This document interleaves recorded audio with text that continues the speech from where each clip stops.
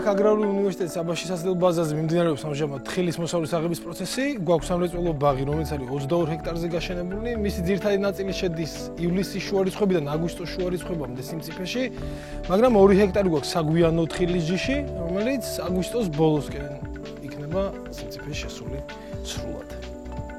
თხილის უდანაკარგო დაგებისათვის აუცილებელი პირობაა ფართობის სარეველებისგან იქნეს ზედმიწევნის გაზვენდილი, რათა ჩამოფერთხილი თხილი უდანაკარგოდ იქნეს აღებული. ახლა დაღებული თხილი აუცილებელია დაიყაროს ნახევრად დაჩრდილულ ადგილას.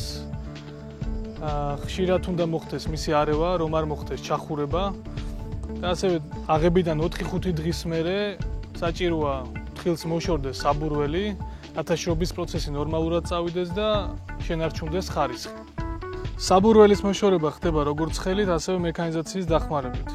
მექანიზირებულად თხილისთვის საბურველის მოშორებას ნაკლები დრო სჭირდება, თუმცა აუცილებელია ისეთი აპარატის შერჩევა, რომელიც თხილის ნაწილს ნაკლებად დააზიანებს.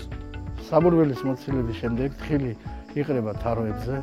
თაროს ძირი მავთულბადისა აქვს. შესაბამისად, აერაცია მაღალია, თხილი ადვილად შრება და დიდხანს ინახება.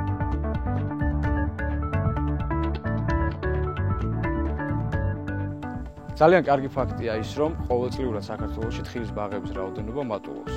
ბაღები შენდება როგორც დასავლეთ საქართველოში, ისე აღმოსავლეთ საქართველოში.